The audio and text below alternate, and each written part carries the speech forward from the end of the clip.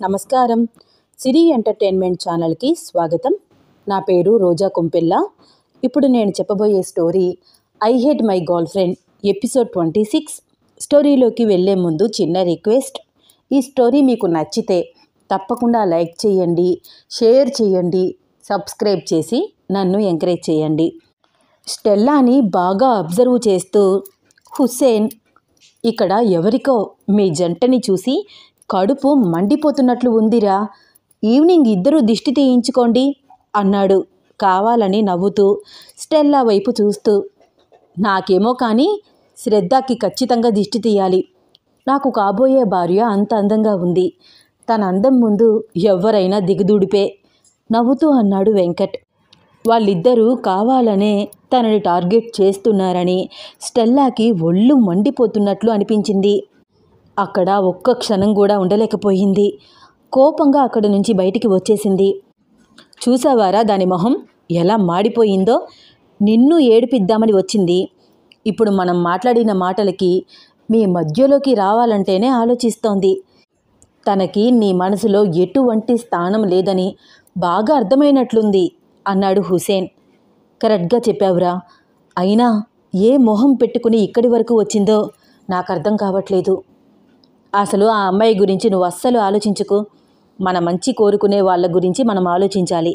ఇలాంటి వాళ్ళని లైట్ తీసుకోవాలి అన్నాడు Hussain. Thank you for the supporting మామా. ఐఎమ్ ఆల్వేస్ ఫర్ యూ మామా నవ్వుతూ అన్నాడు హుసేన్.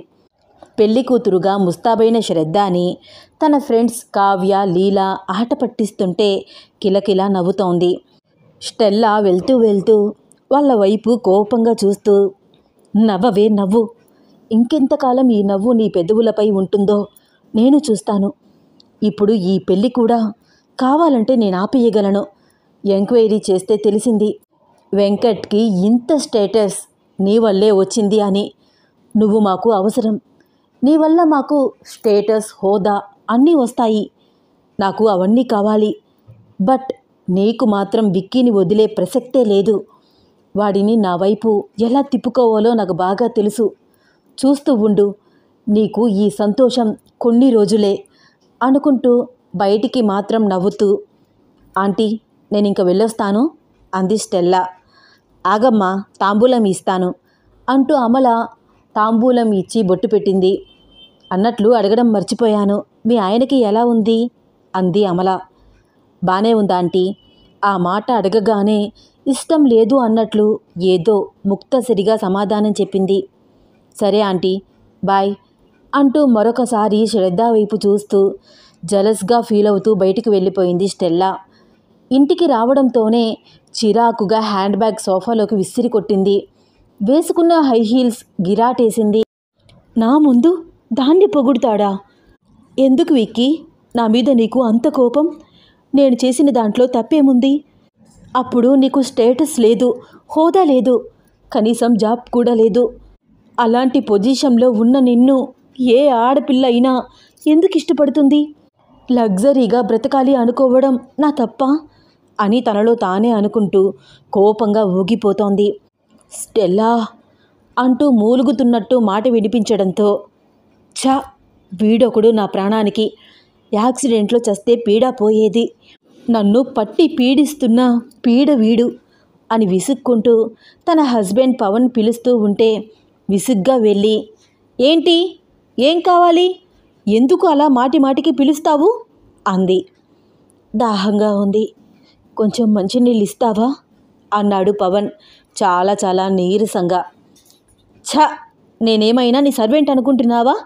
ఇప్పుడే కదా ఇంటికి వచ్చాను, కాసేపు ఉండలేవా? మంచినీళ్ళు తాగకపోతే చచ్చిపోతావా? నీకు చెయ్యలేక చస్తున్నాను అని పిచ్చి పిచ్చిగా తీడుతూ గ్లాస్తో మంచినీళ్ళు తీసుకువచ్చి టేబుల్పై దడాలన పెట్టింది. యాక్సిడెంట్ అయ్యి చచ్చి బ్రతికిన తనకి భార్య ప్రవర్తనతో ఎందుకు బ్రతికానా అనిపిస్తోంది. కళ్ళల్లో నీళ్లు తిరుగుతున్నాయి. లేచి చిన్నగా కూర్చుని వణుకుతున్న చేతులతో తడారిపోయిన గొంతుతో గబగబా మంచినీళ్ళు తాగాడు. స్టెల్లా, ఎందుకు అంత కోపంగా ఉన్నావు అడిగాడు. చూడు, నా గురించి నీకు అనవసరం. నేను కోపంగా ఉంటే నీకెందుకు? ఎందుకలా మాట్లాడుతున్నావు స్టెల్లా? నేను చేసిన తప్పేమిటి? చూడు, నేను నీతో కలిసి ఉండలేను. ఇలా మిడిల్ క్లాస్ లైఫ్ జీవించడం నా వల్ల కాదు. మనీ కోసం వెతుక్కుంటూ ప్రతి దానికి రూపాయి రూపాయి లెక్క పెడుతూ ఇలా నా వల్ల అస్సలు కావట్లేదు. నేను నిన్ను పెళ్లి చేసుకుంది నీ అందాన్ని చూసి కాదు, నీ వెనక ఉన్న స్టేటస్, మనీ చూసి. ఇప్పుడు నీకు ఆ స్టేటస్ లేదు, పలుకుబడి లేదు, చేతిలో రూపాయి లేదు. ఎప్పుడు ఏ అప్పులవాడు వచ్చి ఇంటి మీద పడతాడో తెలియట్లేదు. ఇలా ఇంటికి వచ్చిన ప్రతి ఒక్కరికి సమాధానం చెబుతూ రోజులు నెట్టుకు రావడం నా వల్ల కావట్లేదు. నాకు డైవర్స్ కావాలి. ఏం మాట్లాడుతున్నావు స్టెల్లా? నన్ను ప్రేమించానన్నావు, నేను లేకపోతే బ్రతకలేను అన్నావు. నా కోసం మా ఆఫీస్లో ఎంప్లాయీగా జాయిన్ అయ్యావు. నా చుట్టూ తిరిగావు.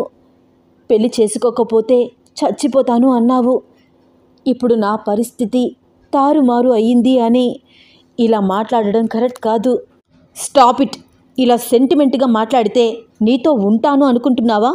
నెవర్. అస్సలు జరగదు. రేపు నేను నా పుట్టింటికి వెళ్ళిపోతున్నాను. నీ చావు నువ్వు చావు అంటూ అక్కడి నుంచి వెళ్ళిపోయింది. ఆమెను చూస్తే అసహ్యంగా అనిపిస్తోంది పవన్కి. ఛీ, నిన్ను నమ్మి నా కన్న తల్లిదండ్రులని కూడా కాదని వాళ్ళు వద్దు అంటున్నా నిన్ను పెళ్లి చేసుకున్నందుకు నాకు ఈ శాస్తి జరగాల్సిందే అనుకుంటున్నాడు కళ్ళ వెంట కన్నీళ్లు కారుస్తూ. చుట్టాలతో ఇల్లంతా కలకలలాడిపోతోంది. మధ్యాహ్నం అవ్వడంతో విందు భోజనాలు వడ్డిస్తున్నారు. మామిడికాయ పప్పు, గుత్తి వంకాయ కూర, బంగాళదుంప ఫ్రై, ఆవకాయ, పులిహార, గులాబ్జామ్, బజ్జీ, గడ్డ పెరుగు, ఊరమిరపకాయలు, అప్పడాలు, వెజిటబుల్ రైస్, ఇలా రకరకాల ఫుడ్ ఐటమ్స్ అన్నీ అందరికీ కడుపు నిండా భోజనం పెట్టారు. శ్రద్ధ వెంకట్కి శర్మగారు చెప్పినట్లు భోజనం పెట్టకుండా టిఫిన్ తీసుకువచ్చి పెట్టారు.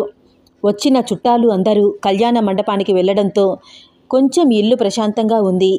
మార్నింగ్ నుంచి ఒకరిని ఒకరు చూడాలని, మాట్లాడుకోవాలని వెయిట్ చేస్తున్న వెంకట్, శ్రద్ధ వాళ్ళందరూ వెళ్ళగానే స్వప్న రాయబారంతో పెరట్లోకి ఎవ్వరూ చూడకుండా వచ్చి కూర్చున్నారు. శ్రద్ధని అలా చూస్తూనే ఉన్నాడు వెంకట్. వెంకట్ని అలా చూస్తూనే ఉంది శ్రద్ధ. ఇద్దరూ ఒక 10 minutes వరకు అలా చూసుకుంటూనే ఉన్నారు. వెంకట్ తన వైపు కన్ను ఆర్పకుండా చూస్తుంటే సిగ్గుతో కళ్ళు వాలిపోతున్నాయి శ్రద్ధకి. పెదవుల మీద చిన్న చిరునవ్వు వచ్చింది. వెంకట్ కూడా శ్రద్ధ అలా సిగ్గుపడుతూ ఉంటే తనకి తెలియకుండానే తనకి కూడా సిగ్గు వచ్చేస్తోంది.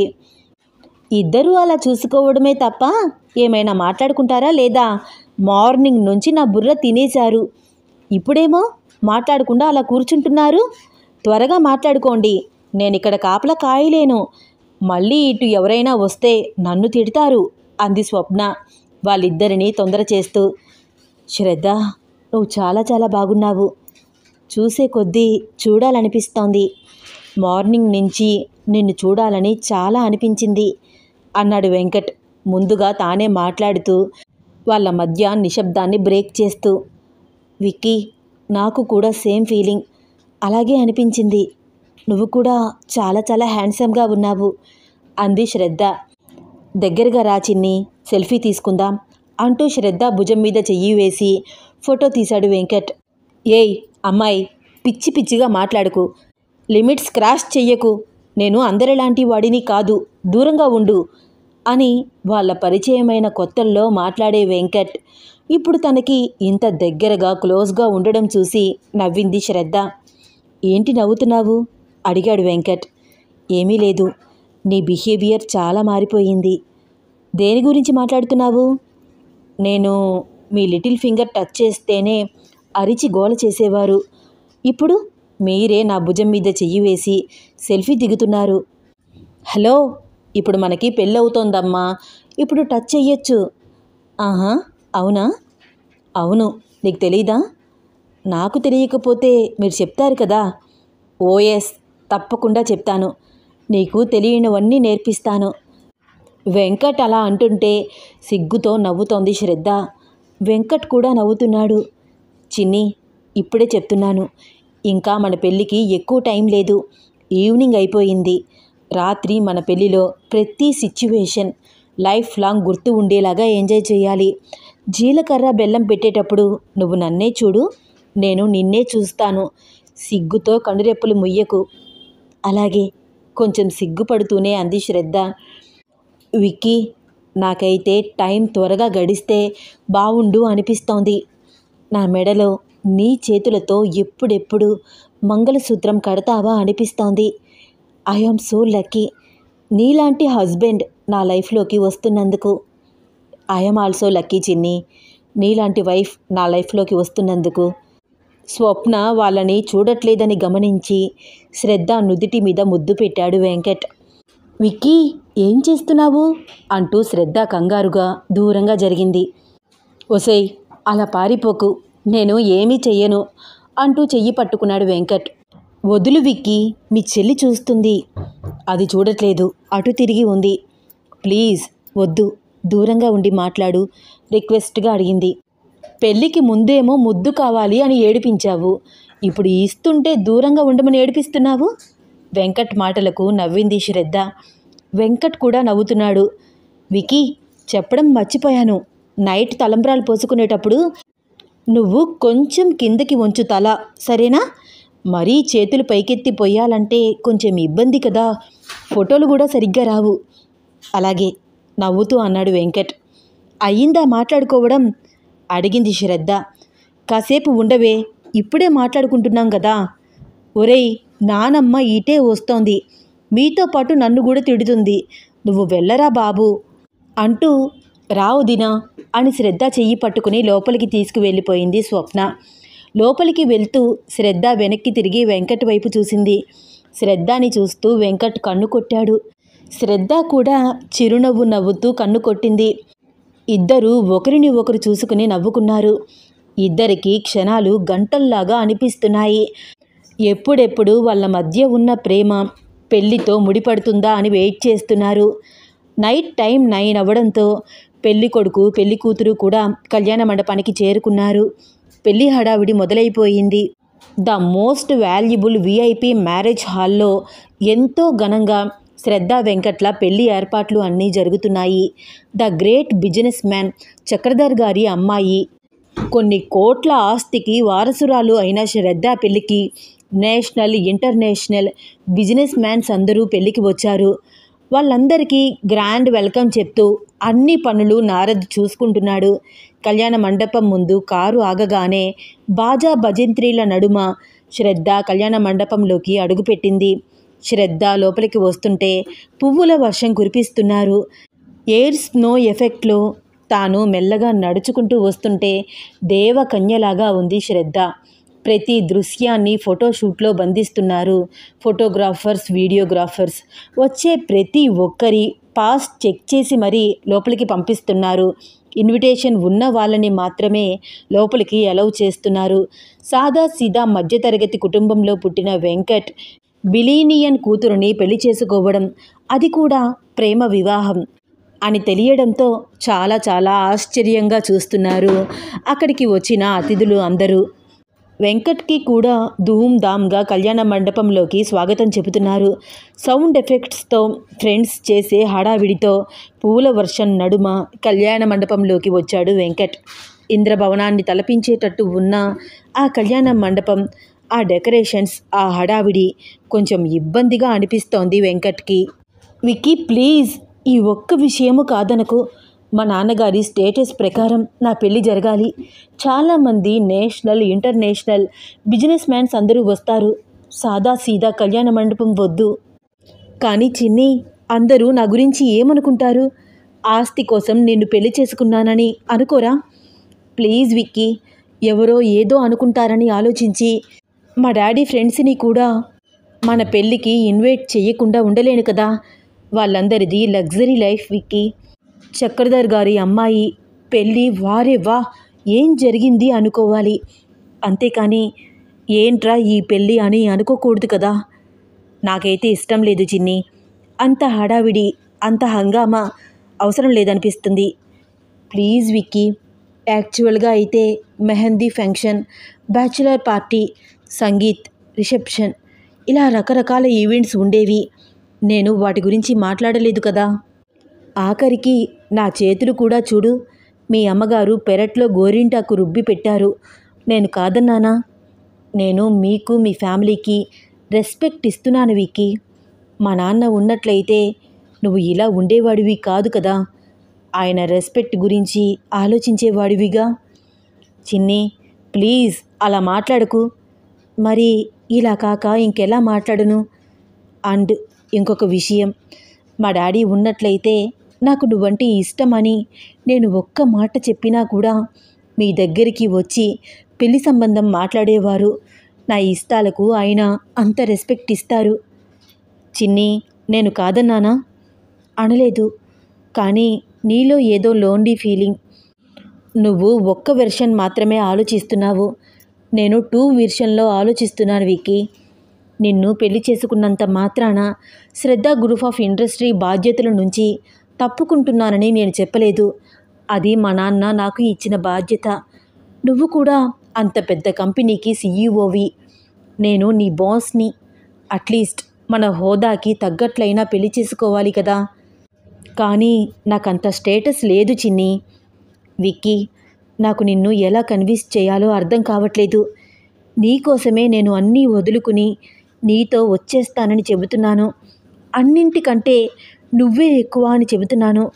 బట్ నా కోసం నువ్వు ఈ చిన్న విషయంలో అడ్జస్ట్ అవ్వలేవా అని శ్రద్ధ రిక్వెస్ట్గా మాట్లాడిన మాటలు అన్నీ గుర్తుకు రావడంతో తన ఇబ్బందిని బయటికి కనిపించనివ్వకుండా నవ్వుతూ కళ్యాణ మండపంలోకి వెళ్తున్నాడు వెంకట్. నవ్వుతూ లోపలికి వస్తున్న వెంకట్ని తన రూమ్లో నుంచే కొంచెం వంగి చూస్తూనే ఉంది శ్రద్ధ. వదినా, అలా చూడకు, లోపలికి రా, లైవ్ డిటెక్టర్లో చూడొచ్చు కదా. లేదు, నాకు మీ అన్నయ్యని నా కళ్ళతో చూడాలనిపిస్తోంది. ప్లీజ్ స్వప్న, చూడనివ్వు. మా అన్నయ్య కళ్ళు కూడా నీ గురించి వెతుకుతున్నట్లున్నాయి. చూడు, కళ్ళతోనే స్కాన్ చేస్తున్నాడు, నవ్వింది స్వప్న. ముహూర్తానికి టైం దగ్గర పడుతూ ఉండడంతో హడావుడిగా ఉంది అంతా. శ్రద్ధని లోపలికి తీసుకువచ్చి పట్టుచీర కట్టి పూలజడ వేసి కళ్యాణం బొట్టు బుగ్గన చుక్కా పెట్టి కాళ్ళకి నిండుగా పారాణి పెట్టి ఒంటి నిండా నగలతో అలంకరించి బాసికం కట్టి ఎంతో చక్కగా కుందనపు బొమ్మలాగా రెడీ చేశారు. చూస్తున్న వాళ్ళకి 2 కళ్ళు చాలావేమో అనిపిస్తోంది. శ్రద్ధని చూస్తుంటే భక్తి శ్రద్ధలతో గౌరీ పూజ చేస్తోంది శ్రద్ధ. కోడలికి దగ్గర ఉండి ఎలా చేయాలో ఏమిటో అంతా క్లియర్గా చెప్తోంది అమల. మరొక వైపు కొడుకుని రెడీ చేయడానికి హడావిడి పడుతోంది. వెంకట్కి చక్కగా పట్టుపంచ కట్టి కళ్యాణం బొట్టు బుగ్గన చుక్క బాసికం కట్టి కాళ్ళకి పారాణి పెట్టి నవ మన్మధుడిలాగా తయారు చేశారు. నీకు నా దిష్టే తగులుతుందిరా అంటూ నుదుటి మీద ముద్దు పెట్టింది అమల. అమల కళ్ళల్లో ఆనంద బాష్పాలు. ప్రతి సిచ్యువేషన్ని ఫోటోగ్రాఫర్స్ అందంగా ఫొటోస్లో బంధిస్తున్నారు. వెంకట్ని కూర్చోపెట్టి గణపతి పూజ చేయిస్తున్నారు పురోహితులు. బాజా భజంత్రీలు ధూమ్ధామ్గా మోగుతున్నాయి. వాళ్ళ పెళ్లి ముహూర్తం దగ్గర పడుతోంది. వచ్చిపోయే వాళ్లతో కలకలలాడిపోతోంది కళ్యాణ మండపం. వినయ్, స్వప్న రకరకాల సెల్ఫీలు తీసుకుంటున్నారు. ఇప్పటి వరకు అంతటి లగ్జరీ లైఫ్ స్టైల్ని వాళ్ళు చూడలేదు. ఫస్ట్ టైం శ్రద్ధ పుణ్యమా అని అలాంటి ఫీలింగ్. అడుగడుగున సర్వెంట్స్, రకరకాల ఫుడ్ ఐటమ్స్తో సర్వీసింగ్. వరెవా అనిపిస్తోంది వాళ్ళకి.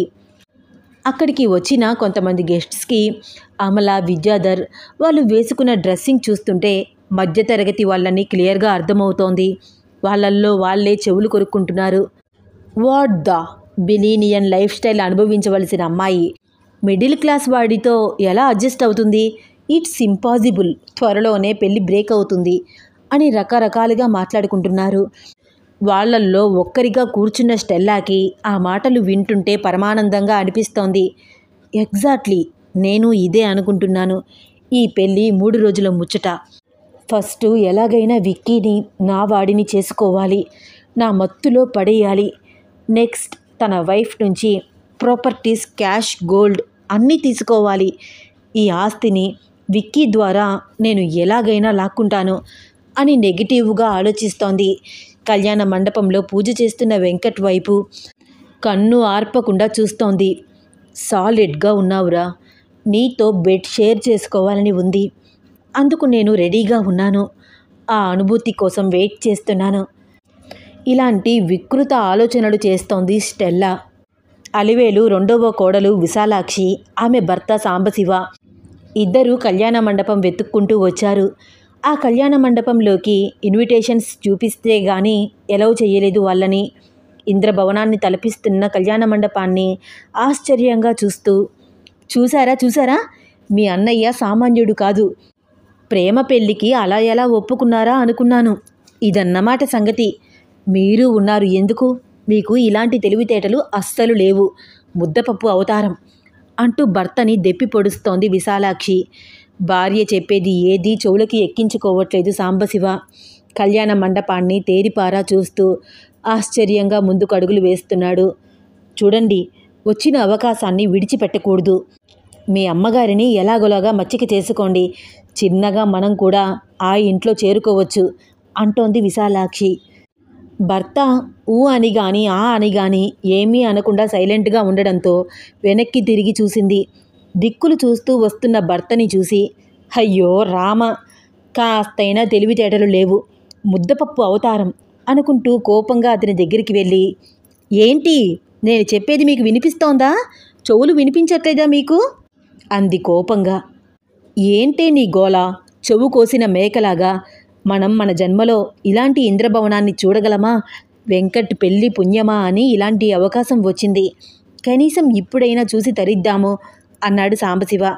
మీ బుర్రకి కాస్తైనా పదును పెట్టరా మీరు?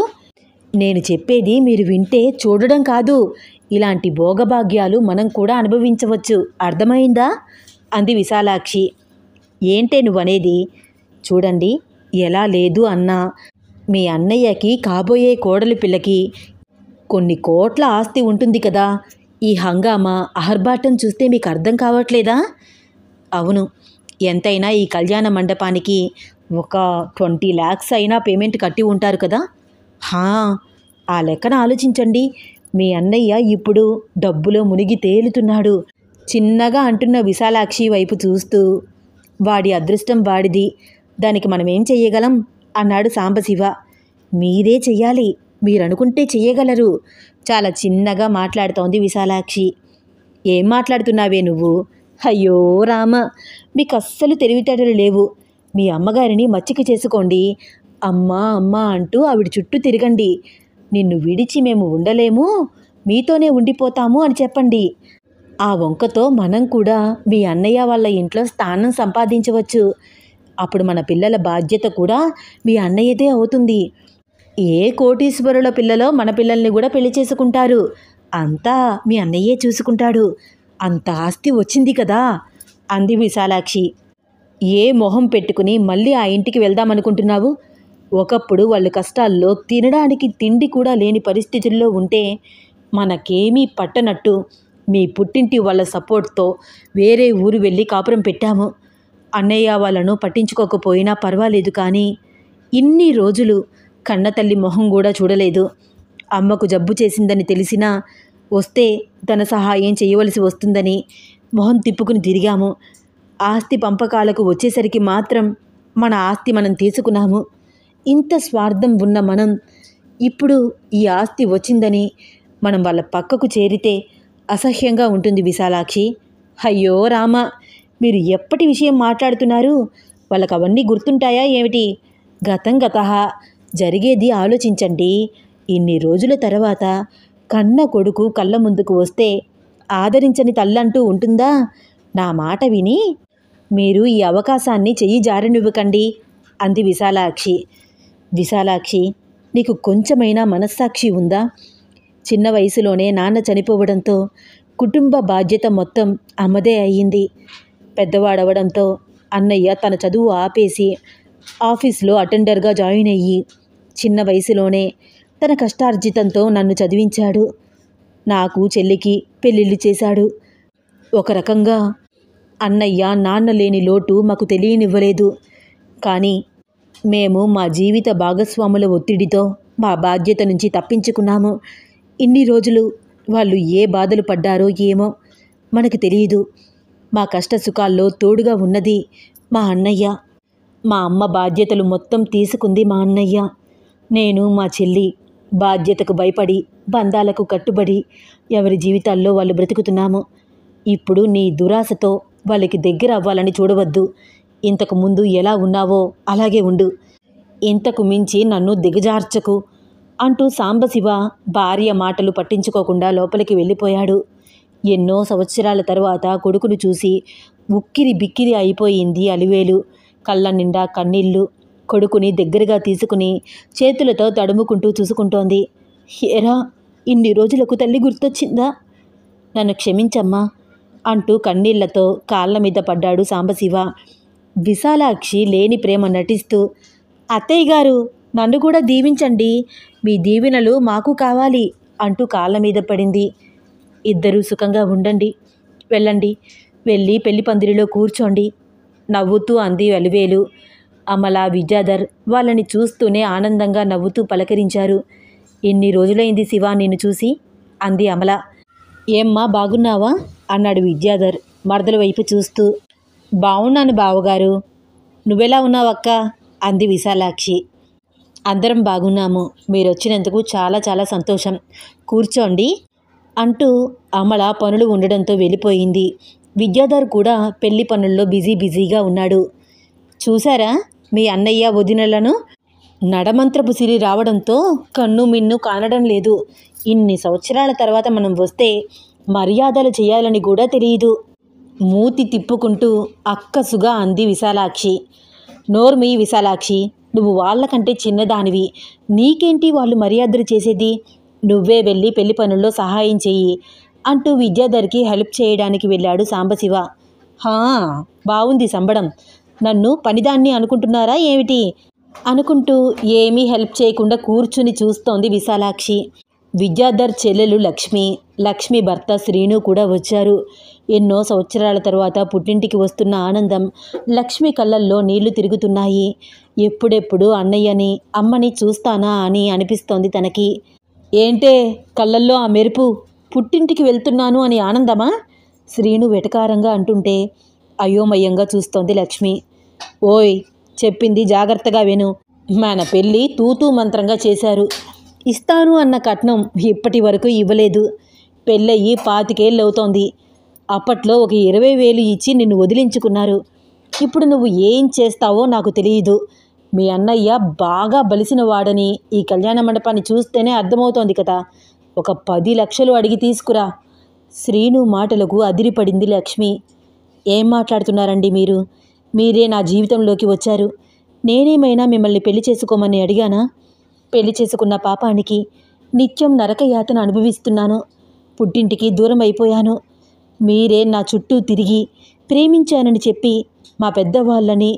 మీ పెద్దవాళ్ళని ఒప్పించి పెళ్లికి అన్ని ఏర్పాట్లు చేశారు. తీరా పెళ్లి 1 గంటలో జరుగుతుంది అనగా కట్నం ఇస్తే గాని తాళి కట్టను అన్నారు. మా అన్నయ్య అప్పటికప్పుడు ఇల్లు తాకట్టు పెట్టి 20,000 తీసుకువచ్చి ఇచ్చాడు. మీరు అప్పుడు మా కుటుంబాన్ని ఎంత ఇబ్బంది పెట్టారో నాకు ఇప్పటికీ గుర్తుంది. అప్పట్లో 20,000 అంటే చాలా ఎక్కువ. మా కుటుంబం ఇబ్బందుల్లో ఉండి కూడా మీరు చెప్పినట్లే చేసినా మీకు కృతజ్ఞతే లేదు. నన్ను నా కుటుంబానికి దూరం చేసి వాళ్ళని ఏడిపించారు. మీరు నా పుట్టింటికి నన్ను పంపించకపోయినా పర్వాలేదు. ఇన్ని రోజులు పుట్టింటికి రాకుండా ఉన్న నేను ఇప్పుడు ఉండగలను. ఆ మానసిక క్షోభనైనా భరిస్తాను, కానీ పుట్టింటికి కష్టంగా మారను దృఢంగా చెప్పింది లక్ష్మి. ఎప్పుడు కిక్కురు మనకుండా ఉండే తన భార్య అలా ఎదురు సమాధానం చెప్పడం చాలా ఆశ్చర్యంగా అనిపించింది శ్రీనుకి. అది కాదే, నువ్వు ఈ ఇంటికి ఆడపడుచువి, నీకు ఆ మాత్రం వాళ్ళు ఇవ్వచ్చు. వాళ్ళ తాహతకి అది గర్వకారణం. చాలు, ఆపండి. మీరు ఇంకొక్క ముక్క మాట్లాడినా నేను మన ఊరు బస్సు ఎక్కేస్తాను. ఇలా మాట్లాడడానికి మీకు మనసు ఎలా వస్తోంది? మా 2వ అన్నయ్య పెళ్ళికి నన్ను పంపించలేదు. అమ్మకి సుస్థి చేస్తే హాస్పిటల్లో ఉంది అన్నా పంపించలేదు. కష్టాల్లో ఇబ్బందులు పడుతున్నారని, తినడానికి తిండి కూడా లేదని తెలిసినా ఏమీ పట్టనట్టు ఉండిపోయారు. ఆస్తి పంపకాలు జరుగుతున్నాయి అనేసరికి మాత్రం ముందుకు వచ్చి నా వాటా నాకు ఇచ్చే అంతవరకు పీక్కు తిన్నారు. ఆ తర్వాత మళ్ళీ ఇన్ని రోజుల తర్వాత నా పుట్టింటికి వస్తున్నాను. ఇప్పుడు కూడా మీ కుళ్ళు బుద్ధి చూపిస్తున్నారు చూడండి. మిమ్మల్ని ఏమనాలి? నేనైతే నయా పైసా కూడా నా పుట్టింటి వాళ్ళను అడగను. వాళ్ళు ప్రేమగా పసుపు కుంకుమ ఇచ్చినా నాకు అది చాలు. కాదు లేదు అంటారా చెప్పండి. ఇప్పుడే తిరిగి ప్రయాణం అయిపోదాము దృఢంగా అంది లక్ష్మి. లక్ష్మి, ఎందుకంత కోపం? సరే పదా, ఇక్కడ వరకు వచ్చాం కదా అంటూ శ్రీను భార్యను ఇంక రెచ్చగొట్టకుండా బావగారి నుంచి ఎలా డబ్బులు గుంజుకోవాలా అని ఆలోచిస్తున్నాడు. ఎన్నో సంవత్సరాల తర్వాత కన్న కూతురుని చూసుకుని ఆనందంతో ఉప్పొంగిపోతోంది అలివేలు. కూతురిని కౌగిలించుకుని ఏడ్చేసింది. అమ్మ తర్వాత అమ్మలాగా చూసుకునే అమల లక్ష్మి రాగానే చిట్టి తల్లి అని పిలవగానే ఆ పిలుపు వినిపించి లక్ష్మి వెళ్ళి గట్టిగా అమలను కౌగిలించుకుని ఏడ్చేసింది. అమల కూడా కన్నీటి పర్యంతమయ్యింది. నువ్వు వస్తావని అనుకోలేదు, చాలా సంతోషంగా ఉంది. వినయ్, స్వప్న వాళ్ళని ఆశ్చర్యంగా చూస్తున్నారు. వీడు నీ మేనలుడు వినయ్, నీ మేనకోడలు స్వప్న. చాలా చిన్నప్పుడు చూశాను వదినా. మీ పిల్లలు ఏరి? భార్గవ్, నందిత రాలేదా? వాళ్ళకు ఎగ్జామ్స్ జరుగుతున్నాయి వదినా, ఇంకొక 2 రోజుల్లో వస్తారు. చూసారా మీ చెల్లెలు రాగానే ఎంత ప్రేమను కురిపిస్తున్నారో. మన పిల్లల గురించి వాళ్ళు అడిగారా? వాళ్ళ పిల్లల గురించి మాత్రం ఆరా అడుగుతోంది మీ వదిన. అంతేలే అంటూ మూతి తిప్పుకుంటూ ఉంది విశాలాక్షి. పెదవులకి నవ్వు పులుముకుని ముందుకు వచ్చి, ఏమ్మా లక్ష్మి, బాగున్నావా అంది విశాలాక్షి. బాగున్నాను వదినా, నువ్వు బాగున్నావా? వెనకే నుంచున్న సాంబశివ వైపు చూస్తూ, ఏరా అన్నయ్య ఎలా ఉన్నావు అడిగింది లక్ష్మి. నేను బాగున్నాను, నువ్వెలా ఉన్నావు? బాగున్నామన్నయ్య. పిల్లలు రాలేదా అడిగింది లక్ష్మి. అయ్యో, అదెందుకు అడుగుతావు వదినా? వాళ్ళకి పెద్ద పెద్ద జాబ్స్, క్షణం తీరిక ఉండదు. సండే వస్తారు ఇద్దరు. మా పెద్ద అబ్బాయి చరణ్ ఐటీ కంపెనీలో ఉద్యోగం చేస్తున్నాడు. రెండో అబ్బాయి వరుణ్ సాఫ్ట్వేర్ ఇంజనీరు అంటూ అందరికీ వినిపించేలాగా గొప్పలు చెబుతోంది విశాలాక్షి. వదినా, నీకు పెళ్లి పనుల్లో ఏమైనా హెల్ప్ చేయాలా అంటూ వస్తూనే తన బ్యాగ్ పక్కన పెట్టేసి అమలకు చేదోడు వాదోడుగా ఉంది లక్ష్మి. గౌరీ పూజ తర్వాత శ్రద్ధని పెళ్లిపీటల మీదకు బుట్టలో కూర్చోపెట్టి తీసుకువచ్చారు. శ్రద్ధ బుగ్గలు సిగ్గుతో ఎర్రబడుతున్నాయి. శ్రద్ధని చూస్తూ, వదినా, నిజంగా నీ కోడలు కుందనపు బొమ్మ, చాలా చాలా అందంగా ఉంది అంది లక్ష్మి. వెంకట్ని అయితే చిన్నప్పుడు చూశాను, ఇప్పుడు వాడు పెళ్ళికొడుకుగా కనిపిస్తున్నాడు. ఇద్దరి జంట చాలా బాగుంది అంది లక్ష్మి మురిపెంగా వాళ్ళని చూస్తూ. కదా, నాకు అలాగే అనిపిస్తోంది. నా పిల్లలు ఇద్దరికీ నాదిస్తే తగులుతుంది. శర్మగారు అడిగేవన్నీ దగ్గర ఉండి చూసుకుంటోంది లక్ష్మి. శ్రద్ధ, వెంకట్ ఇద్దరూ పెళ్లిపీటల మీద ఎదురు బొదురుగా కూర్చున్నారు. పురోహితులు వాళ్ళ చేత పూజ చేయిస్తున్నారు. అంగరంగ వైభవంగా వాళ్ళ పెళ్లి కార్యక్రమం జరుగుతోంది. ముహూర్తం సమీపిస్తూ ఉంటే బాజా భజంత్రీలు మోగించమని జీలకర్ర బెల్లం ఒకరి తల మీద ఒకరికి పెట్టించారు పురోహితులు. ఇద్దరి మధ్య ఉన్న తెరచాప తొలగించారు. ఒకరి కళ్ళల్లోకి ఒకరు చూసుకుంటున్నారు శ్రద్ధ, వెంకట్.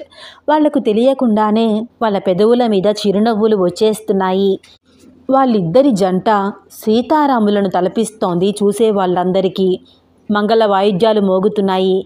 పచ్చని పందిరిలో కొత్త జీవితాన్ని మొదలుపెట్టబోతున్న శ్రద్ధ, వెంకట్ జీలకర్ర బెల్లం పెట్టుకుని ఒకరి కళ్ళల్లోకి ఒకరు చూసుకుంటూ ఉంటే ఒక్కొక్కరు స్టేజ్ పైకి వచ్చి దంపతులుగా అక్షతలు వేసి ఆశీర్వదిస్తున్నారు. వెంకట్ ఫ్రెండ్స్ అందరూ స్నో స్ప్రే చేస్తూ, విజిల్స్ వేస్తూ, చెంకీలు విసురుతూ అల్లరి అల్లరి చేస్తున్నారు. శ్రద్ధ ఫ్రెండ్స్ కూడా ఏమాత్రం తగ్గకుండా ధూమ్ధామ్గా అల్లరి చేస్తున్నారు. ఏయ్ శ్రద్ధ అని అరుస్తున్నారు. ఒరే మామా అని వెంకట్ ఫ్రెండ్స్ కూడా అరుస్తున్నారు. ఫోటోగ్రాఫర్స్ వాళ్ళిద్దరి జంటని అందంగా ఫోటోలు తీస్తున్నారు. వీడియోగ్రాఫర్స్ అక్కడ జరిగే హంగామాని మొత్తం చక్కగా వీడియోలో బంధిస్తున్నారు. స్టెల్లాకి వాళ్ళిద్దరూ అంత ఆనందంగా ఉండడం అస్సలు నచ్చట్లేదు. అక్కడ ఒక్క క్షణం కూడా ఉండలేకపోయింది. ఏదో బాధ, కళ్ళల్లో నుంచి కన్నీళ్లు వచ్చేస్తూ ఉంటే అక్కడ నుంచి ఏడుస్తూ వెళ్ళిపోయింది. తన వైపే చూస్తున్న శ్రద్ధకి కన్ను కొట్టాడు వెంకట్. వెంకట్ని చూస్తూ తాను కూడా కన్ను కొట్టింది శ్రద్ధ. ఇదంతా అక్కడే ఉన్న ఫ్రెండ్స్ గమనించి వారే వాహ్ క్యా సీన్ హై అంటూ గట్టిగా అరుస్తున్నారు. ఈ స్టోరీలో నెక్స్ట్ ఏమవుతుందో తెలుసుకోవాలని ఉందా? అయితే వచ్చే ఎపిసోడ్ కోసం వెయిట్ చేస్తూ ఉండండి. ఈ స్టోరీ మీకు నచ్చితే తప్పకుండా లైక్ చేయండి, షేర్ చేయండి, సబ్స్క్రైబ్ చేసి నన్ను ఎంకరేజ్ చేయండి. ధన్యవాదాలు.